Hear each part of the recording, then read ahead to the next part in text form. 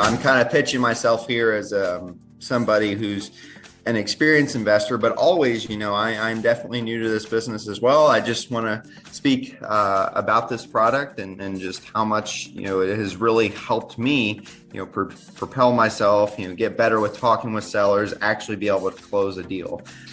My strategies right now have been primarily direct mail, cold calling, and cold texting. And I've found a lot of success with Real Estate IQ, especially being able to get in front of customers, have engaging conversations. And of course, I'm hoping to use all of that to build my own business and eventually retire off. Excited to be here, and I want to say a big thank you to Real Estate IQ. They have the absolute top leads in the industry and just make investing effortless for all of us as real estate investors here in Texas and obviously everywhere else that they're focused. And I'm proud to be associated with Real Estate IQ. Love what you guys do and love how you all help investors so that we can focus on the thing that makes us the most money, which is the job of real estate investing. I wanted to jump on this morning and give a shout out to Real Estate IQ. I began my journey with them a few years ago, just using some of the more basic products, the off-market leads. And since then, growing and visiting and talking with not only Steve, but other people who are involved with Real Estate IQ, I've had the opportunity to actually not only be a client, but I also became an investor with them. And that is one of the beauties of being able to be part of Real Estate IQ, is it gives you the opportunity to grow as an investor, especially in real estate.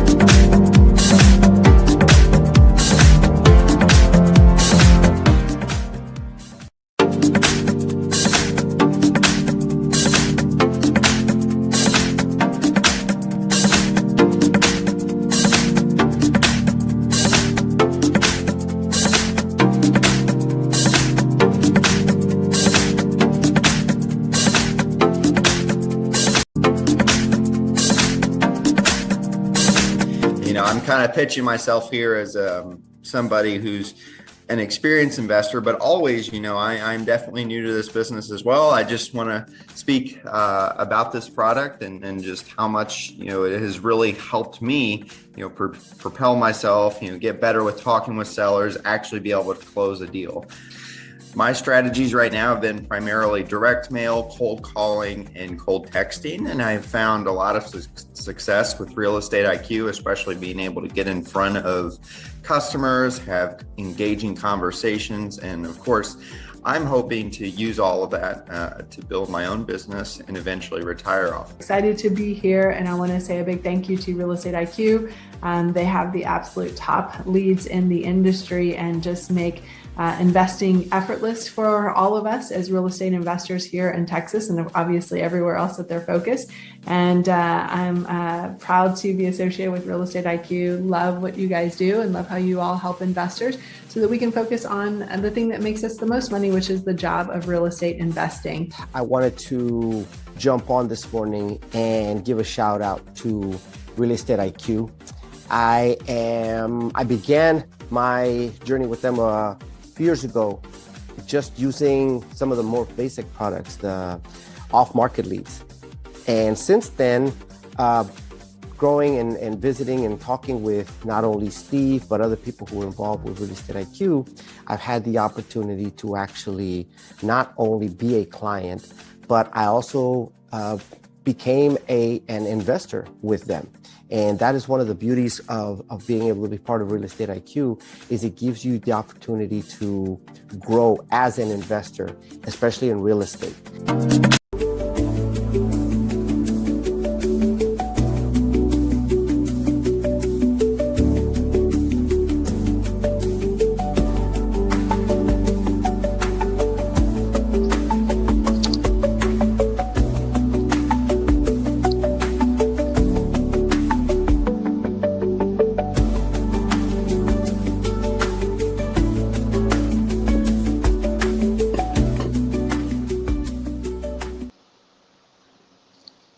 All right, good morning, everyone, and welcome to today's exclusive event with Real Estate IQ. It's another Thursday, so it means it's another good learning session from Real Estate IQ. Hello, everyone. We're thrilled to have you joining us today. It's 11 a.m. And today we will be uncovering some of the most important information that real estate investors must have in order to navigate through uncertain markets. So at Real Estate IQ, we're very passionate about empowering investors with the right tools, data, and strategies to succeed in today's market. As a lead generation company, we have helped thousands of investors find off-market leads, negotiate smarter, and build high-value portfolios. And our mission is very, very simple: to help one more person to win. Well, today, without further ado, we're honored to have Steve Liang, one of the co-founders of Real Estate IQ, join in with us today to teach about pre-foreclosure. Steve is a seasoned real estate investor whose proven strategies have unlocked thousands of lucrative deals. With years of experience navigating pre-foreclosures, mastering negotiation tactics, and growing a high-value portfolio, Steve has a wealth of practical insights to share with us today.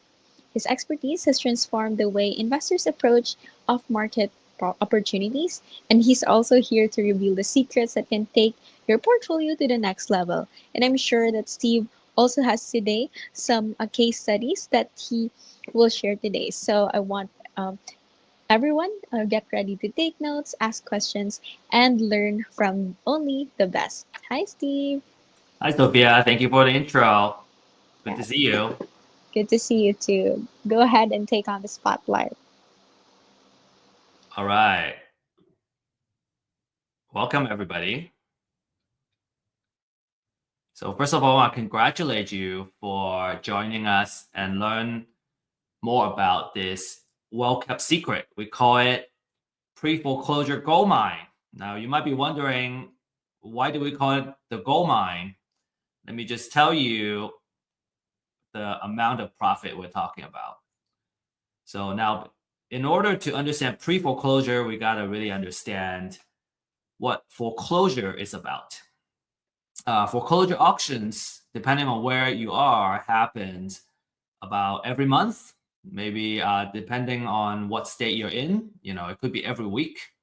And it allows banks or maybe the county, depending on what kind of foreclosure it is, to auction off properties that have been late on their payment. You can usually get the deal at 50 to 75% off of the market value. Okay. It's deal by deal, right? Depends on what deal and what deal. If you haven't been to a live auction, I highly encourage you to do that. Actually, I have recorded a video that I took a couple of days ago, and we're gonna share that in a little bit.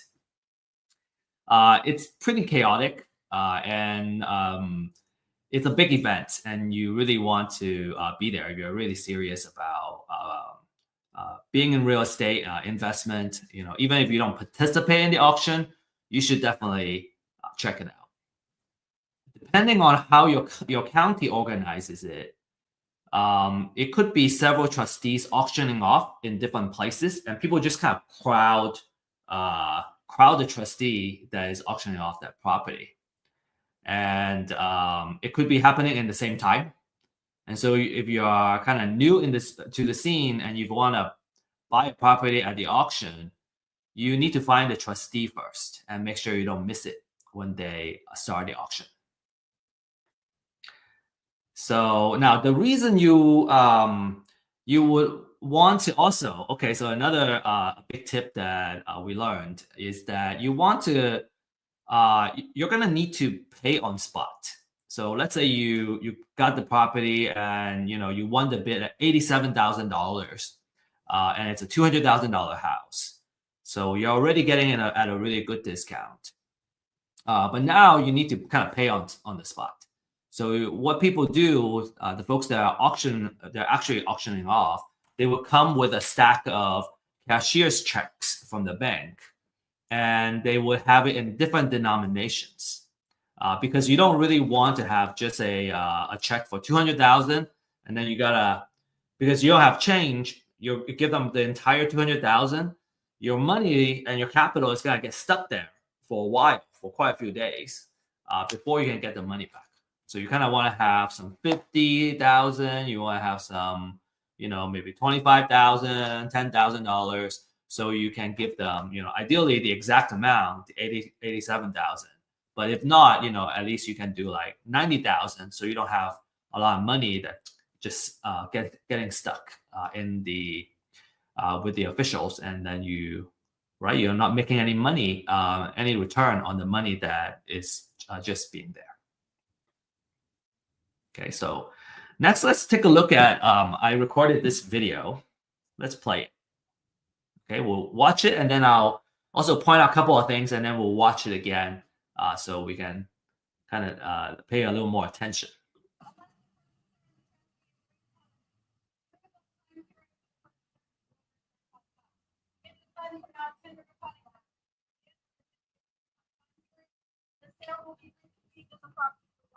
Yeah, okay, so really short video, about 10 seconds or so. So a couple of things, I'm gonna play again, but a couple of things I wanna point out for you is, number one, the lady was announcing and she was making the disclaimers before the auction start. So the auction hasn't started, she was just kind of reading off the things that you should know about before you really actually participate in the auction, such as you're buying it sight unseen, there might be other liens on the property and all that stuff. Another thing to notice is that it's very loud, and it's very hard to hear the person making the announcements. You really need to get really close to the person making these announcements so that you can tell which property is being auctioned off. And then another thing, as you see the camera spanning around, is that people come prepared.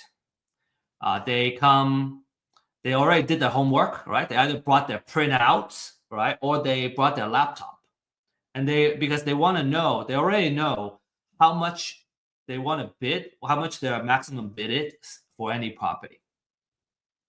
And then another thing is, you may not see other folks auctioning off the properties at the same time in this video, but you can kind of imagine a little bit down that way to the right is other folks with other trustees basically auctioning additional properties. So I'm just gonna play this again. I'm gonna stop talking.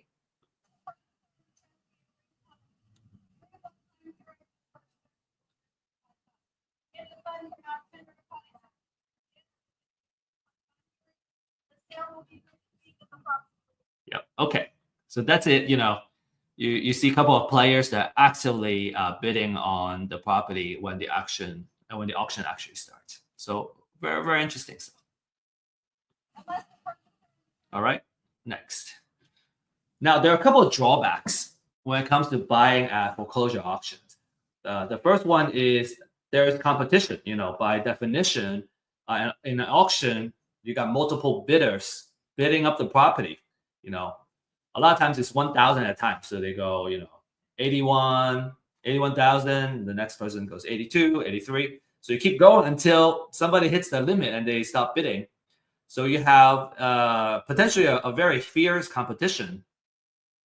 And especially with hedge funds getting into the scene, foreclosure auctions have become very competitive. And some investors are actually complaining that because the hedge funds are so well funded, they're not afraid to overpay for a deal just to win it. And they make it hard for savvy investors to buy at a good price. The second one is, as I mentioned earlier, you gotta be prepared. You gotta have the cash ready in the form of a cashier's check, so you're ready to buy these properties. And then finally, you're buying the property sight unseen, so you're kind of taking a risk, right? If the property has been burned down and it's just a lot, and then you're bidding it as if there's an improvement, a house in there on top of the lot, then you're taking on a big risk. Obviously, there are many ways that you can do to mitigate that risk, and there are services and products available. You can hire somebody to drive by the address and actually kind of check out, just make sure the property is not burned down, and they will take pictures and all that. So there are things that you can do to mitigate these risks, of course. Now, because of the kind of drawback from bidding at the auction, I think the biggest drawback is probably the fact that it's hard if you're undercapitalized, if you don't have a big piggy bank, how do you participate in the auction, right? And so that's why we like to get ahead of the game, right? Buy the property before they hit the foreclosure auction, because number one, you don't have as much competition. A lot of times you're directly interfacing with the property owner, and you can buy it directly from them. You can still get it from for a pretty good discount, and then again, you can directly negotiate with the seller, and you can meet with them face to face and all that, and make sure that you're buying it at a price where you can make a profit. So the natural question is, how can I find these deals and how do I make these deals? There are a lot of these properties. On average, I think last month we found about 6,000 properties that are motivated to sell. And then let's say on average, we're talking about an average of maybe, don't quote me on this, maybe $50,000 to $60,000 of equity per deal. There's a lot of equity in these houses that are going into foreclosure. So all we need is to win one, and we'll feel like we're winning. All right, so that's what this webinar is about. I hope we have kind of piqued your interest. And our promise is that by the end of this webinar, you understand the strategy and the process of how you can win foreclosure properties before they hit the foreclosure, what we call pre-foreclosure deals.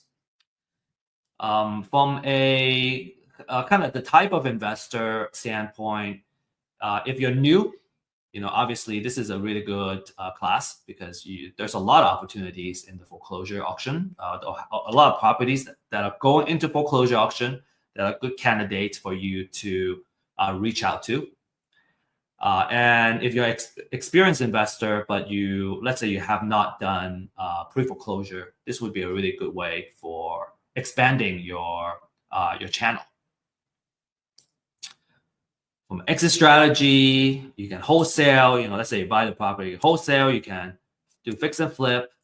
You can also do buy and hold as well at a big discount.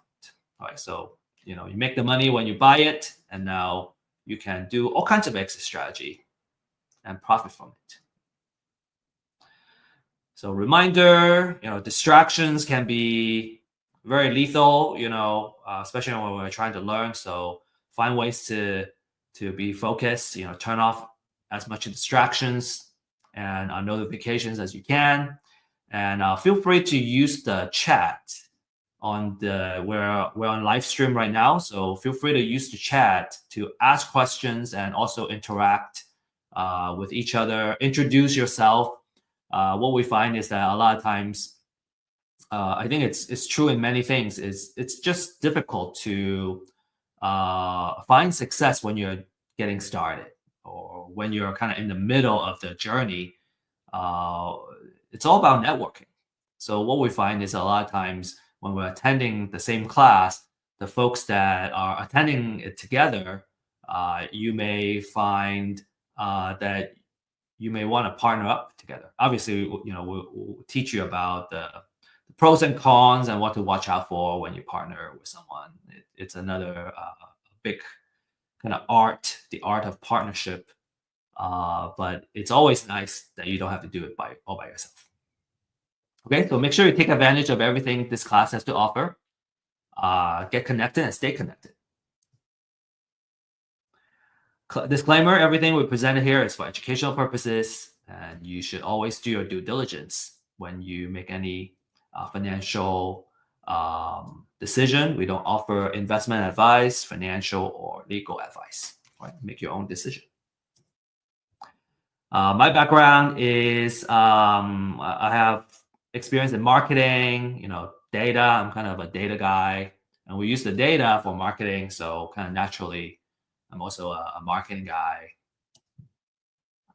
And my background is in science and engineering, and I was always very interested in real estate. And kind of when I learned about real estate investment and the potential of profit that it can bring, it's very exciting. The struggle is that it's hard to find the right knowledge or the knowledge that you need. And then once we know what to do, it's hard to kind of get started because everything starts from the lead generation and the deal finding process. So it's hard to get good data and good technology. And then another big part is every single step when you're doing something new, it's very easy to get stuck. I get to a certain point and go, what do I do now? Right? Especially it's our first deal. And we found it hard to connect with quality people that can kind of show us the way. A lot of times after a couple of deals, we learn how to do it well, and we can become very competent ourselves. We can become like basically a full partner. But in the beginning, you gotta learn. So having high quality people that are trustworthy is very important. And that's why we're at Real Estate IQ would bring these couple of offerings to you. One is webinars, classes, educational items. We also have ebooks that you can leverage and learn more. We also offer really awesome deal finding data. We're also going to start offering deals and kind of financial side of items, because what we realize is that as investors, data is not enough. We need deals, and then once we get deals, we need funding to close the deal. So there just needs to be so much support around us to be successful. And then very, very importantly, we also want to surround you with a community of experts, so you can you can be a part of the community, and we can find success together. Okay, without further ado, really want to get started here. So I got a couple of steps here. Number one is we want to understand the foreclosure process. Why is that important? In order to win pre-foreclosure deals, we need to understand the entire process so we know where and how we can add value to the homeowner. So here's the process. So step one, the borrower has been delinquent for more than 120 days, so about 4 months. Okay, so that triggers the lender to say, hey, we need to send a letter of demand, and the borrower needs to start getting current on their payment. The borrower will have at least 30 days to pay off the delinquent payments, or they will send a notice of default and an intent to accelerate the loan. So basically kind of accelerate a loan and start a foreclosure process. So after the cure period expires, the lender will file a notice of sale at the county the property is in, and you would wait. You would need at least 21 days before it would get auctioned off. So let's say, in Texas, we have the auction that happens on the first Tuesday of every month, which is just 2 days ago. And let's say the filing happened on the first of the month, right? And it's not that Tuesday yet. It's not gonna go into that immediate Tuesday, but it'll go to the following Tuesday, first Tuesday of the month. So that at least there are 21 days before the next auction. The property is usually auctioned off between 10 and 4 p.m. Different counties are different. Houston, for example, has the auction at a conference center. Most counties will have the property auctioned off at the courthouse. And it's like rain or shine or snow, it will happen. In fact, just a few days ago at the Dallas auction, it was raining, super hard. So it added more to the noise. It's super hard to hear, and it was wet too. The good thing is there was an overhang and it blocked off most of the rain. But if for some counties where you just need to be there with your poncho, if it rains, if you want to really participate in this. So the property will either sold to the highest bidder, or it will go back to the lender and become a REO. REO stands for real estate owned property. It goes back to the lender. So at foreclosure auction, okay, after it gets foreclosed, the borrower may still owe money even after the foreclosure. And if the total debt is not fully paid off by the foreclosure sales price, the lender may choose to seek what we call a deficiency judgment against the borrower. So what that means is there's a possibility where the homeowner, normally do they lose the house during the auction, they will owe more money. So it's a really tight spot, really bad spot for them. Okay, and a lot of owners need to understand it. Sometimes they just go, I give up. I'm just gonna, let go into foreclosure. Well, not so fast. Maybe you need to consider, what are some consequences if you let it go there.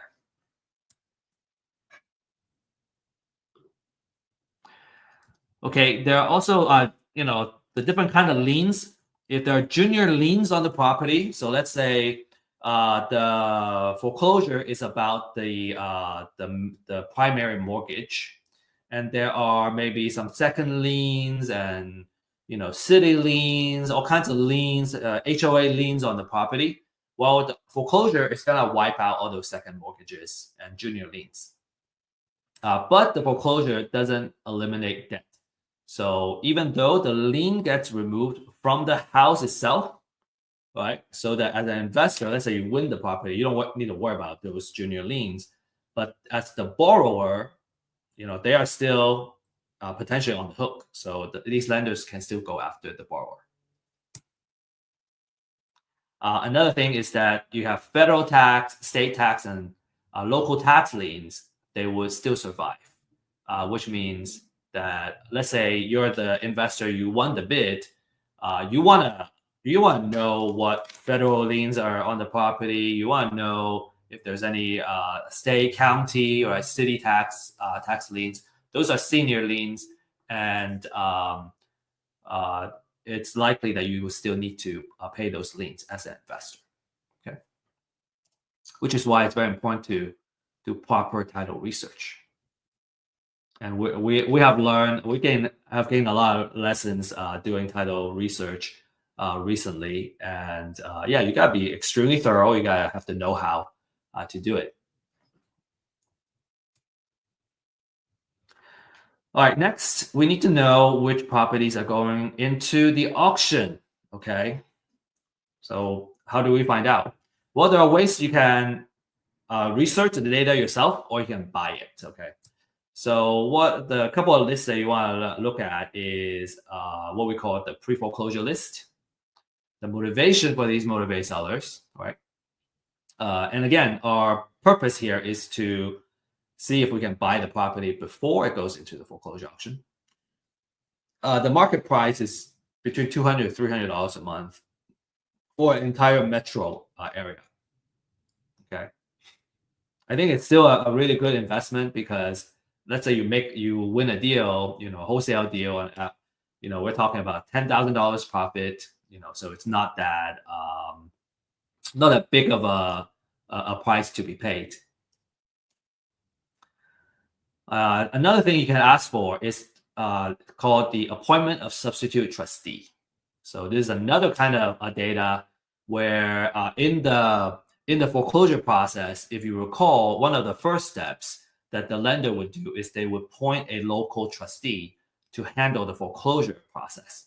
And so that's usually a signal, if the appointment of substitute trustee has been filed, that's usually a signal that the house is going to go into foreclosure. So that's what we call a pre-foreclosure. And you get to be more ahead of the game for those, more ahead of the game than the folks that are just looking into pre-foreclosure. And you can do marketing, and you can kind of reach out to them. Perhaps the drawback for this list is that they are not as fully motivated. They know they still have some time. They understand they have a ticking time bomb, but it's not like the foreclosure date has not set usually in this case. So, but it gives you more time to do marketing and kind of nurture these folks. Nurture your leads. All right, so a free way to do it is you can Google your county name, and then you say notice of sale, and you should usually get to a website where you can start looking at the foreclosure document. So this is what a foreclosure document looks like. It talks about, this one has the address, it has when it's gonna show up and all that stuff. There's a lot of information here. Time and date, and the county is going to get auctioned at. And then you will need to do some further research of who the owner is. Sometimes the owner is on this paper. Sometimes you have to do further research. And the amount owed is not public information. So, there's a lot of digging for just one record. And usually, when people ask, should we buy or should we find it ourselves? My typical answer usually is, if you know how to do it, you're better off outsourcing it. If you don't know how to do it, you may want to do it just to learn and appreciate how much work that goes in there. But ultimately, this is not worth our time. It takes 15 to 20 minutes of research for just one property. And when it comes to lead generation, I would want to market to hundreds of prospects, all right, hundreds of leads, because it's always a numbers game. So I want to make sure I market to a good enough of quality leads so that I can win one. It's just not worth it. These are the volume of foreclosure filings in a couple of the major cities that we cover, and it's just not worth the time to do research on every single one of those properties. It's just impossible.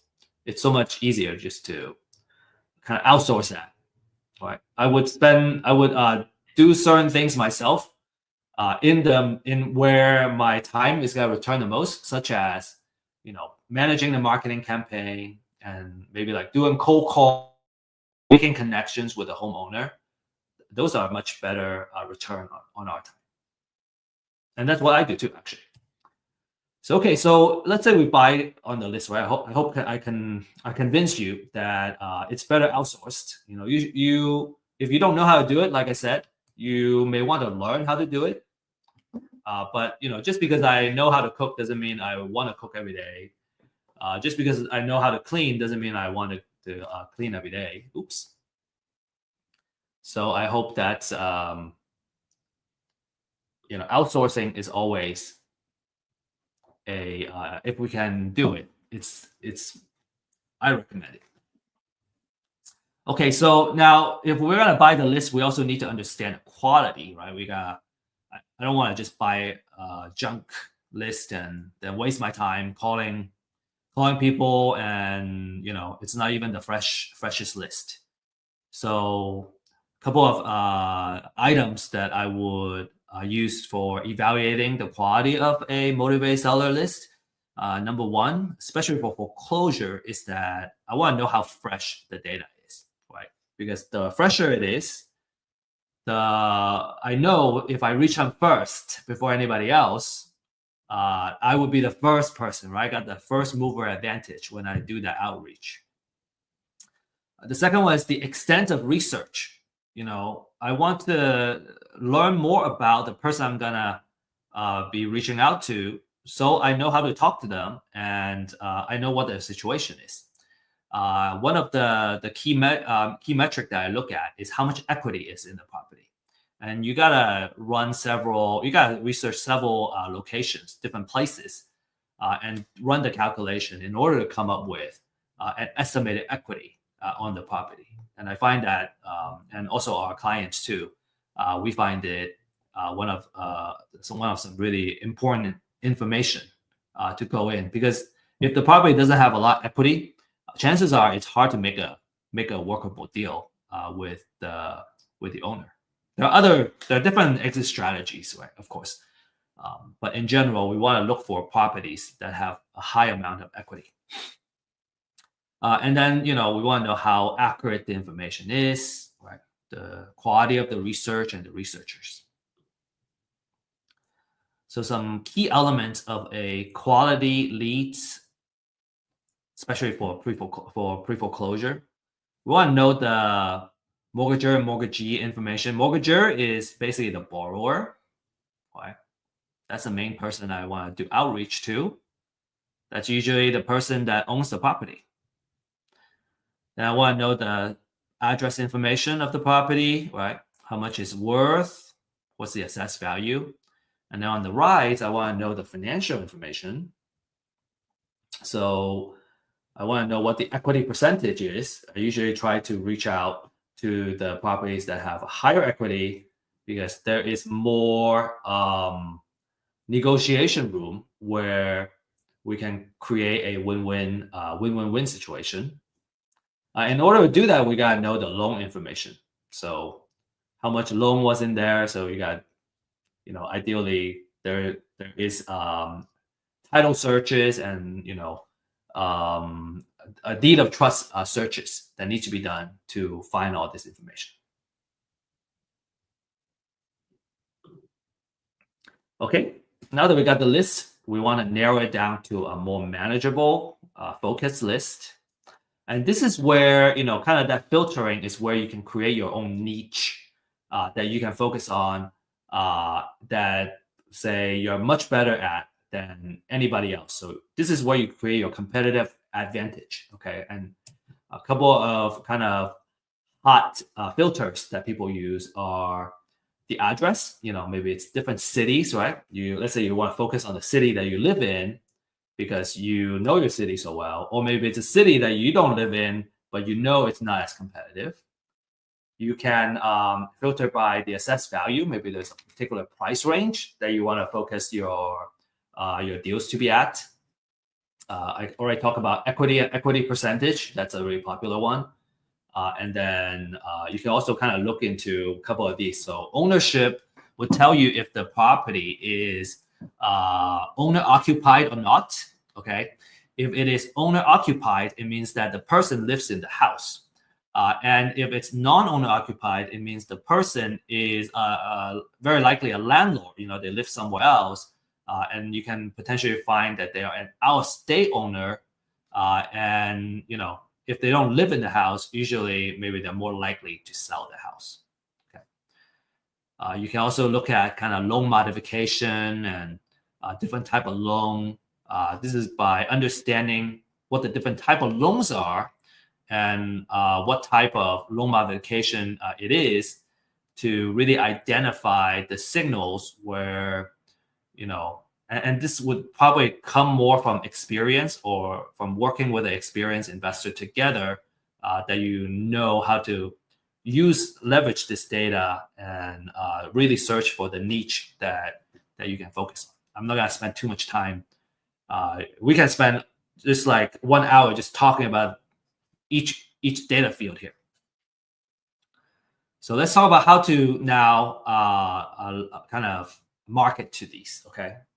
One very important point I want to share is that let's say there are 1,000 properties, right? And let's say we start with a $1,000 per month marketing budget. Okay, I have $1,000 I can spend. I can either spend $1,000 to reach 1,000 leads, or I can narrow it down to 100 leads and really just focus on reaching this 100 leads.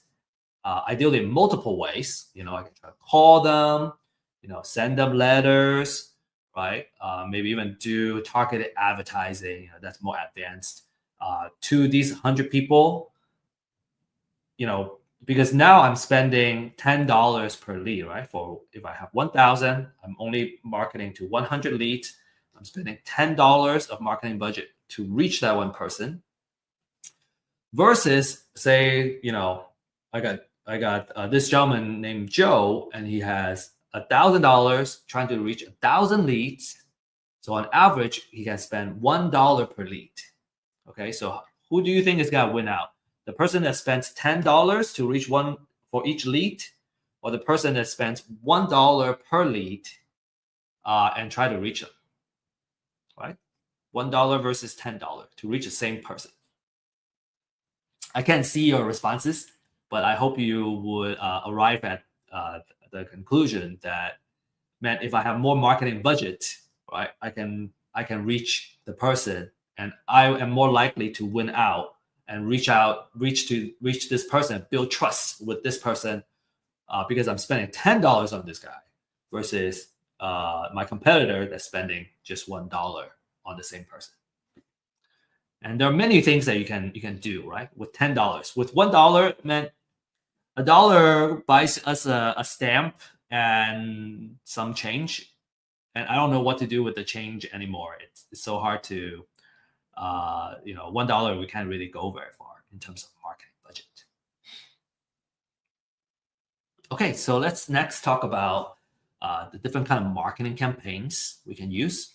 Now that we have a focus list, we have a very popular class. It's called The Secret of Building an Endless Deal Flow. And it's about creating marketing campaigns that you can do to build a consistent pipeline for deals. You can really, when it comes to marketing, you can apply it to reaching motivated sellers, or you can apply it to, any kind of business. So it's just a really awesome business class in general. And if you enjoy this upcoming segment and you want to learn more, I would highly encourage you to take that class to learn more about marketing. Okay. We also have other speakers and topics that really kind of go deep into some of these items too, such as door knocking. We just recently had a door knocking class, which is phenomenal. So door knocking means you're showing up at the person's door, right? You need to know their address. You need to know who you're talking to ideally. The advantage is that you can talk to them in person and you can build trust quickly. I kind of pointed out here that the effectiveness of a door knocking campaign really depends on the quality of the list, right? You gotta know you gotta have the right address. You gotta know, who you're talking to. This allows you to talk to the homeowners in person, and you get to see the house right away. A lot of times, let's say that they're already ready to sell. You can just go and see the house. You don't need to make another appointment to see the house. To be successful, you need to have the ability to strike up a conversation and build trust very quickly. You also need to have a thick skin. Some people just don't want to talk to you, right? Maybe they scream at your face too, and so just being okay with that. If you're more introverted, like myself, maybe you don't like talking to people. You prefer not to talk to people face to face. You're gonna try other marketing methods.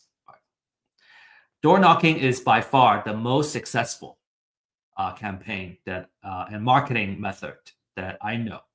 Through our clients. Next is you can do cold call. So we provide a skip trace service. So we skip trace all the properties that are going to foreclosure. You can have multiple phone numbers you can call, and just a tip is that when it comes to phone numbers, because we're using a third-party service, it's very hard to guarantee quality. And usually phone number skip trace, it's just very difficult to get 100% accuracy. So usually we get about 70% hit rate and 70% accuracy. So there are folks that you call and maybe it's a wrong number. That's okay. We got all these numbers, so we can just keep calling. Right? Somebody is always right. Some say some will, some won't, but someone is always waiting. I want to share this cold call script with you. This is also has been shared in another class from our speaker, and I really love their script. So I have started to use it, and that has produced for me as well. So when you call and they pick up. Right. So all you need to say is, hi, is this Mr. Lawrence? And then they go, yes, this is Lawrence. Who is it? And I go, hey, my name is Steve, and I'm just curious if you're aware that your house may be under foreclosure. A lot of times they're already aware. I have had call the same person. That same name, a person with the same name, but just a wrong number, and then they say no. But most people they're already aware, and maybe they're already working with an attorney or something to try to come up with a solution. And so I really like this number 2 and number 3, where number 1 is, have you been able to get with a bank to review any options? Some people may say no, I don't know how, or I'm broke. I don't know what to do. That's a really good opening for you to make an appointment, right? Because our job is really to kind of give them a solution, explore different options where they can see how they can stop the foreclosure. Oh, okay. Another thing that I have learned is that if our approach is to ask if they want to sell, usually I got a lot of a lot of unpleasantness coming back at me, and ever since then I have kind of readjusted my approach and just kind of be an advocate for them. A lot of folks don't want to go through foreclosure, and they don't want to sell. They want to stop the foreclosure. So it's much easier to try the approach of helping them stop their foreclosure and explore the different options that they can do. Okay. And then number 3 is, have they told you that have been approved? So let's say like they already kind of got somebody working on it. But until they got an approval, the house may still go into foreclosure. In fact, like, just last week, I was calling a couple of folks, and they already had somebody helping them work on it. Like, they were either waiting for an attorney, or like they have started working with an attorney, but they didn't get a written confirmation that it's gonna happen. So my advice to them is, make sure you got something written by the end of Friday. So at least you still have, next Monday to kind of follow up. But like by Monday, if you don't get that, your house may go into foreclosure. So it's okay that we don't win the deal, but at least we're helping them, right? The other one I want to share with you is the voicemail script. Okay, this has worked out. When I have scripts, what I realize is with enough practice, I can overcome my call reluctance. And maybe it happens slowly, but if you can just kind of set a goal to make 5 calls, 10 calls to start, maybe sometimes, let's say you're just getting started, just making like 1 or 2 calls just to do that. It will help you kind of break through and get really comfortable, because it's all about having practice. So this voicemail script comes from a book called Rainmaker Conversations, I think, or like How to Become a Rainmaker. So it's a sales, really, really good sales handbook. Really short too. I highly recommend it. So without reading this to you, I'm just gonna leave it here. You can take a screenshot and practice it and see how well it works for you. Okay, I'm gonna leave it up here, and I'm gonna start moving on. Okay, now talking after we talk about these couple of strategies, another strategy we could have talked about is using direct mail and handwritten letters and send it to them. Usually these campaigns are best when it's all combined together, trying to reach the same person in different ways. That usually works the best. Okay, so next, you want to reach out and listen. You want to let the owner know that you want to help them. And foreclosure is a very stressful situation, so you want to be very empathetic and mindful. And maybe the appointment will lead to that they want to sell their property.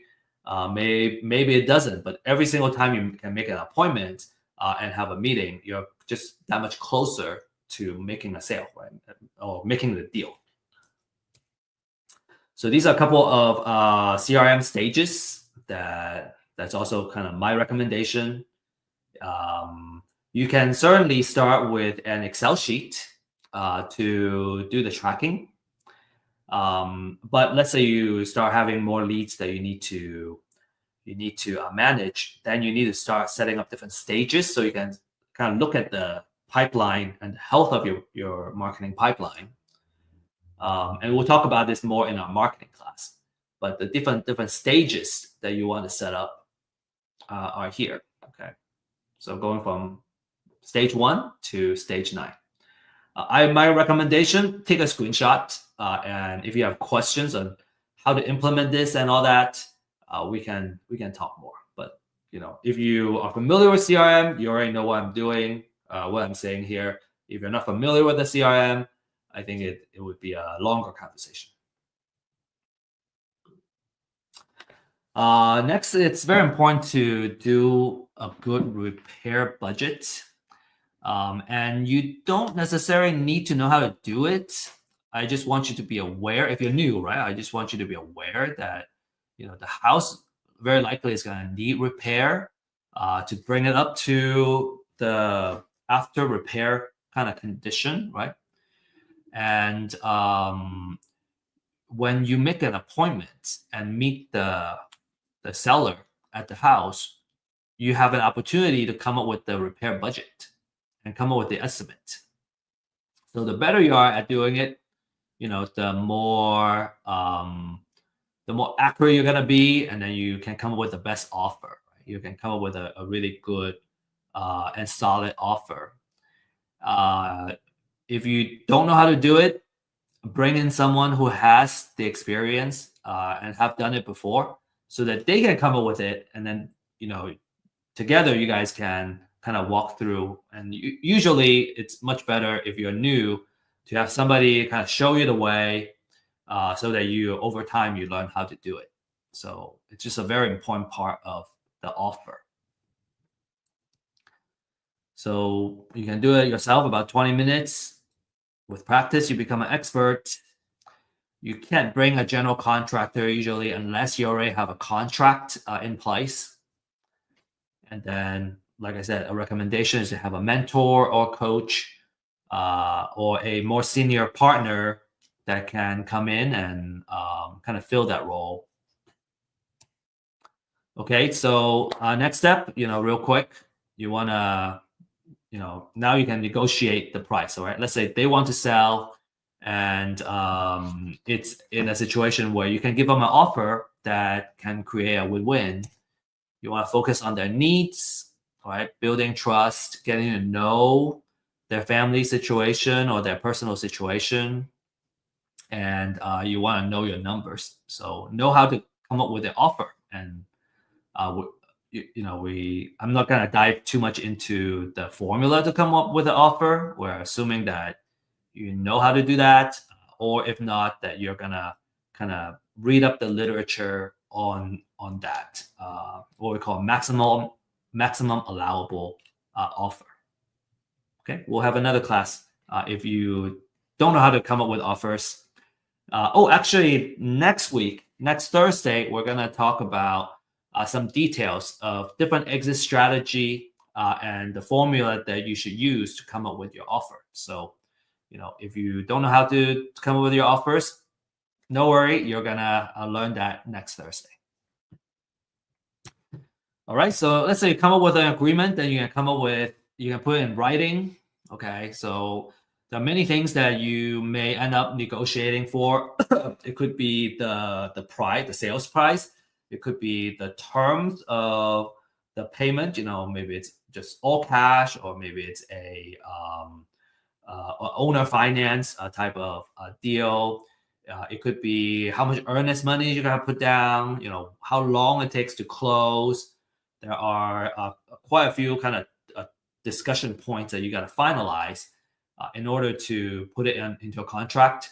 And when I first had to do it, it was also very difficult to learn how to come up with a contract. So, having somebody that can walk you through it is something I highly recommend. You can learn so much faster, when you don't need to struggle through every single step yourself.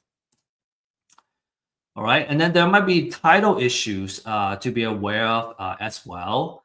You want to know if the property has other liens. Maybe there are junior liens and some senior liens on the property. So you want to work with an investor-friendly title company. Also, kind of have a way to do the title research, which I think I'll talk about in a couple more slides. And just understand how to do the homework and do the title research. Closing, I have had very awesome,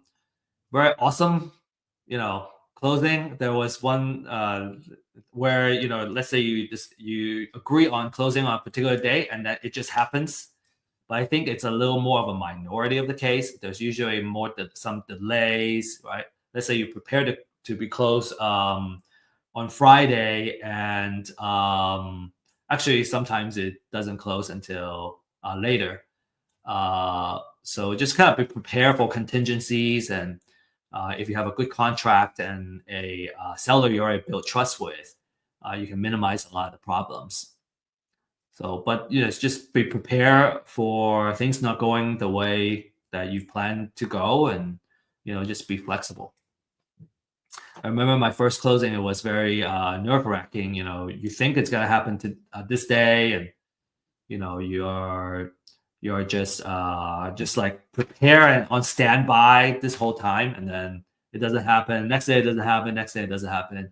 Could be kind of stressful the first couple of times. And, you know, after a while you get desensitized. You get better at it. Okay, so to recap, okay, we talked about the foreclosure process, understanding how the foreclosure works, and the gap where we can leverage a pre-foreclosure list and outreach and buy the property or help the homeowner stop their foreclosure before it hits the foreclosure auction. We also talk about different marketing methods and the CRM stages that you can set up to manage your leads. Again, you know, if you're interested in the marketing side of things, there's a class that's available. You can also kind of request. I'm more than happy to deliver a marketing class. I always like talking about marketing. So let me show you a couple of case studies. Okay, all of these are provided by our clients, and some of the names have already been blurred out for their protection. This one, for example, is a $46,000, $500 profit, and this is a wholesale deal. Okay, the next couple of deals is all wholesale. Like, you know, these are big profits for a wholesale deal. Typically, just want to set the right expectation. Is that, you know, $5,000 to $10,000 per wholesale fee is already a really good profit, and these are just very outsized profits because we have this awesome client that just does so well, and we kind of handpick the most profitable ones. Okay, so the next one is even bigger. The next one is 85,000, and then the next one is 88,000. So again, don't let these big numbers kind of set your expectation. Expect about $5,000 to $10,000 if you wholesale a deal in terms of making, you know, how much profit you can expect from a deal. But, you know, these outsized profits are not unheard of either, and, you know, folks are extremely happy when they can make this much. Yeah, and you know, one of the success stories that I share is actually, you know, the client that shared these cases. All right, so you might be wondering how you can get started. So I got a 3-step process for you. Number one is you want to get a pre-foreclosure list. The more information, the more relevant information, of course, the better. So the benefit of having first-hand data is you have the freshest data available. You can get extensive research done, such as estimated equity. And at a very limited time, you can also enjoy the disruptive pricing that Real Estate IQ has to offer. This is an example of what the interface looks like. Very easy to use, simple to use. You can come in, you can export the data, and then you can start doing outreach. So we got 2 pricing here. One is just the address itself, and then the other one is a skip trace. It comes with skip trace, so you can have phone numbers that you can call as well. Again, you know, just wanted to reiterate that skip trace, because it's not our first-hand data, we have to buy it from a third party. It's not 100% accurate, and you shouldn't expect to have 100% accurate phone numbers when you skip trace. You know, it's more likely the norm that you're not going to reach the person. And I think if you have that expectation going in when you make cold calls, then every single time there's a good hit, like you go, oh, wow, I hit the voicemail and this is the person I'm trying to reach, you know, I feel excited. So I just want to adjust everyone's mindset, especially for those that are ready to get started. You know, you want to do this with the right mindset, and then you're going to be very, very successful. Number 2 is you want to become a community, find a mentor, you know, join a community, and kind of leverage folks that have done it before. Find someone you can trust, and be willing to be held accountable, right? And help you form the right habits to make happen. Real estate investment doesn't need to be a full-time thing. You know, you can get started with, I think, you know, as little as 5 hours a week. You know, over time, it may take a little more time, but you can kind of, like, if you're just looking for a side hustle or a buy 1 or 2 properties. It doesn't take up that much of our time, and you can do extremely well. Okay, number 3 is you gotta do the title research. The cost for title research is between 40 to 75 per property, and that's through a title company. There are different service providers that provide title research. We're actually working on a title research project right now, and we want to offer this service at a better pricing than what's on the market right now. All right, couple of success stories. This one is $8,000 profit. No, okay, sorry. The next one is the $8,000 profit. This one is using Real Estate IQ to get his first deal and getting started. Profitable growth with substantial gains. When you don't have to worry about leads, right? You can just focus on the outreach and the marketing. You can just you can stay focused in the most valuable activity, and I think that's just so important when you're getting started. Ismail, $8,000 profit in a recent deal. Kind of on average, right? $8,000. I think that's about right. We see about 7,000, 10,000, 5, 7, 10 is usually the number, right, for a wholesale deal. And then Daryl said, he got 4 deals under contract, and already got about $1 million of contract value, and then he's expecting to make 10 to 15% of profit margin out of that. So, not bad for 9-10 months, and we're talking about $100,000 to $150,000 of like equity that you made. And these are, I think, not a rare story. These are very common stories. If you know how to do it, you got the know-how, you got the right path, the right way to execute.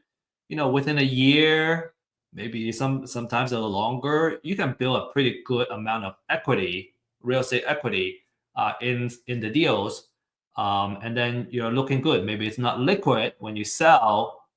When you sell the properties, when you become liquid, but when you're sitting on those equity, it's kind of really nice as a real estate investor, knowing that you have built the equity and the wealth already within those deals.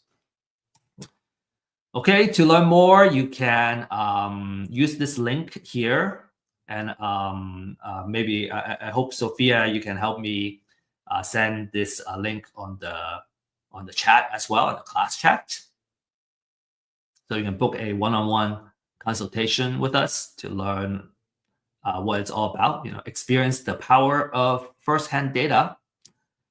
And then the next thing I want to recommend to you is learn by doing. We have an event every Friday at 9:30.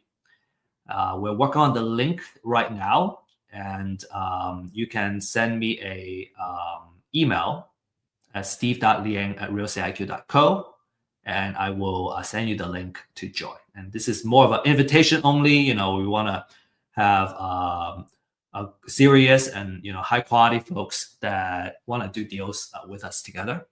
So for example, tomorrow at 9:30 we're gonna have another session. So if you're interested, I look forward to meeting you and seeing you in person, getting to know you.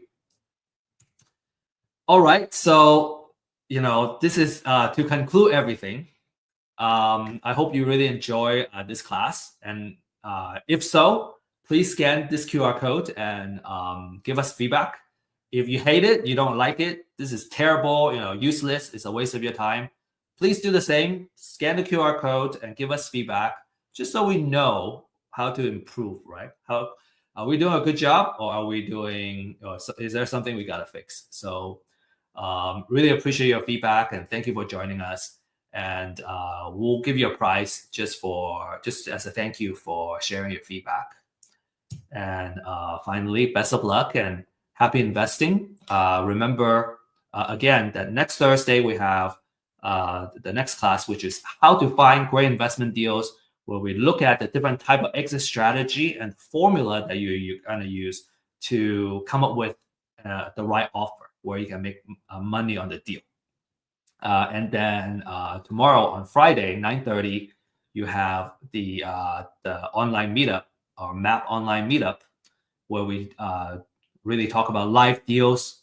We can go over some case studies as well of actual deals, and just learn by doing. If you have a lead, you need help how to close it, or already got a deal under contract, and you want to know if it's something that you can profit on, because sometimes we're seeing is that the folks can get a deal under contract, but then because the term and the offer were not done well, you can turn it into a profit because your offer is just way out of whack.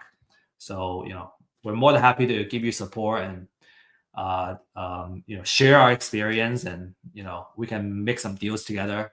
So that's it. That's all I got for today, and you can save my email address, and I look forward to getting in touch with you. Thank you, everybody. Okay, so Sophia, the stage is I'm passing the stage back to you. Yes, so actually we have a lot of questions and comments during Wow. the event. So would you mind helping me go through all of them and address these Yeah. comments? So first, I think you have mentioned this earlier on how can you know what properties are up for bid. I think this one is for the auction. Yes. So that's where you can get the pre-foreclosure list, and then you will know that those are the houses. Now you got to understand that because it's possible that the house that was scheduled to go into foreclosure may end up not going to foreclosure. Mm. So there are times where let's say you do all the due diligence and you try to buy the property at the auction, it already got bought up by another investor, for example. So it may not show up there, but you got the list, so that you know which ones were kind of scheduled to be there. Okay, so this one from Michael Williams. So from time of county posting to time that data is made available on REIQ, how fast is that or fresh is that? How quickly are the leads provided in your list? Yeah, typically we can offer you about 2 days to add. Some counties faster, some counties maybe a little bit slower. We have a pretty robust system, and if there's some kind of delay, let's say the county is delayed, we'll also tell you. Okay. So for our next question from Patrice, how much equity should I consider to know it's a good deal? Okay, that's a really good question. How much equity should I consider to be a good deal? I have folks so if you look at the data, you would find that you can probably find some that are 50% equity, more than 50% equity. And those are extremely good deals because you're kind of buying it 50 cents to a dollar, or there's, more than half of the amount that you can negotiate for, right? You would find that if you kind of change that to more than 40%, now you have a lot more properties that fit that criteria. So I don't know. I think maybe depending on your strategy. So if we're kind of really focused on the amount of equity, I think more than 30 to 35, those are really potentially good deals. Because another thing you gotta add on to that is, what if the house needs a lot of repair, right? And all that rehab budget is gonna eventually come out of this equity that's already in there. So you kind of want to have some buffer there. Usually people prefer to have, not screen out so much opportunities that you may lose out. So, maybe a third, just drawing a line in the sand as a recommendation, I would say 30% is probably good stuff. Okay, next one from Lynn Saylor.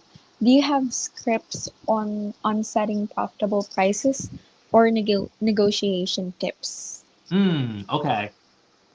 Scripts on setting profitable prices. Okay, I assume that when you say profitable prices, we're talking about for you as an investor. I would, my approach is I want to be transparent with them. And what we find is that, and I think we'll go over this in next week's class, there's a formula that we follow to come up with the offer because we need. So first of all, we need to make sure that we can make a profit because we're in it to, right? It's a business. There's overheads, right? We still want to be able to, this is not a charity, right? So the formula already have the built-in numbers that you want to use.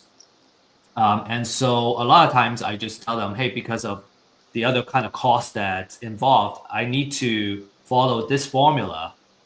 And based on the number, this is how much I can offer. Like, there are folks that really want to know, I just write down the number for them. And then, then we're solving the problem together instead of, going head to head. And I think, at least in this case, you really want to have we're in it, we're facing the same problem together instead of we're negotiating in a hostile situation. Yes, because after all, you need to build a relationship also with the homeowner. So Right, you don't want to be hostile.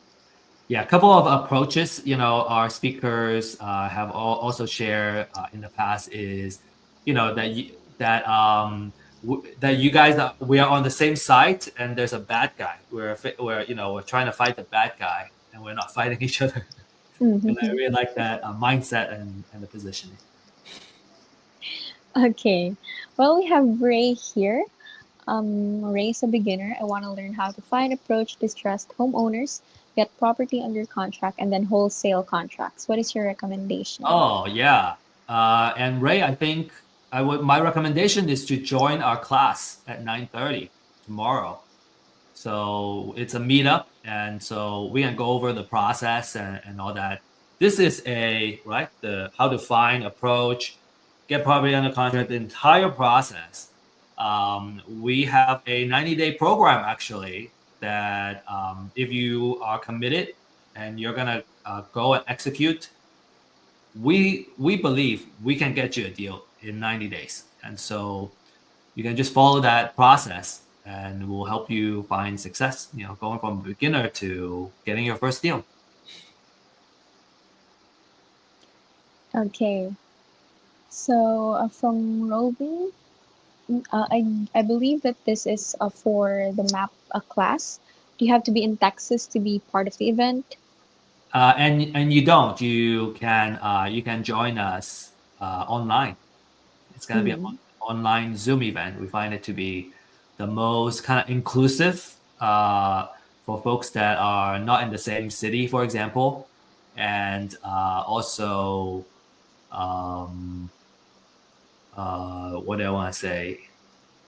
It's the most inclusive because we can do it online. Oh, and it's the most efficient because you don't have to actually go to a place. You can just, right? It's just so much easier to meet when we can do it online. Yes. Okay. Then lastly, we have from Maria. What does REIQ's data look like, or what can I get from the data? Yeah, What information? that's also a really good question. I think for the sake of time, we want to direct you to sign up for for the one-on-one consultation so that you can kind of see it. Our consultant is going to share with you the data that's available on our portal, and then how you can use that data to do your marketing. What about, so Rodin is asking, the 90-day challenge. Okay, you want to sign up for the 90-day challenge. You can also talk to our consultants. Join our one-on-one consultation and ask about the 90-day challenge. We'll hold your hand and we'll help you make your deal happen. You just gotta commit to like showing up and also doing the work, and you get a deal in 90 days. Okay, so I guess that's all we have for today, Steve. Thank you so much for joining us today. And for next week, I know that this is a two-part class. One is today for pre-foreclosure, and the next one will be next week, Thursday, the same time, on how to find great real estate deals. We will still have Steve as our speaker. And if you want to register and continue this conversation on how to get deals, how to start, then you can register through this QR code. So let's give you time to scan that QR code. We'll give you around 5 seconds. Thank you. Okay. Additionally, we have, again, to reiterate Steve's point, we have a map class tomorrow at 9:30 a.m. So if you want, if you couldn't access or if you couldn't access the email or anything, you can also type in map on the comment sections, MAP, if you're interested, and we can reach out to you personally if you're interested with that. Also tomorrow, we also have a Friday open house at 11 a.m. CDT. So if you're also interested in learning more about real estate IQ, how these pre-foreclosure lists also work, or how does it look like the comment that we got earlier, what can you get from those? Then aside from the consultation, we also have an open house tomorrow, free for everyone to attend. So if you're also interested in that, you can type in Friday on the comment section if you're interested in those events. So let's give you time more to register and comment for our Friday open house and for our map class tomorrow. So the map class would be earlier, 9:30, and the Friday open house would be later at 11 a.m. Okay, so I believe everyone's already registered. So I want to thank everyone for staying till the end for our class. We hope to see you again next week for our events and how to find great real estate deals. With that, thank you so much for joining us. And again, we hope to see you next week. Bye bye. Thank you.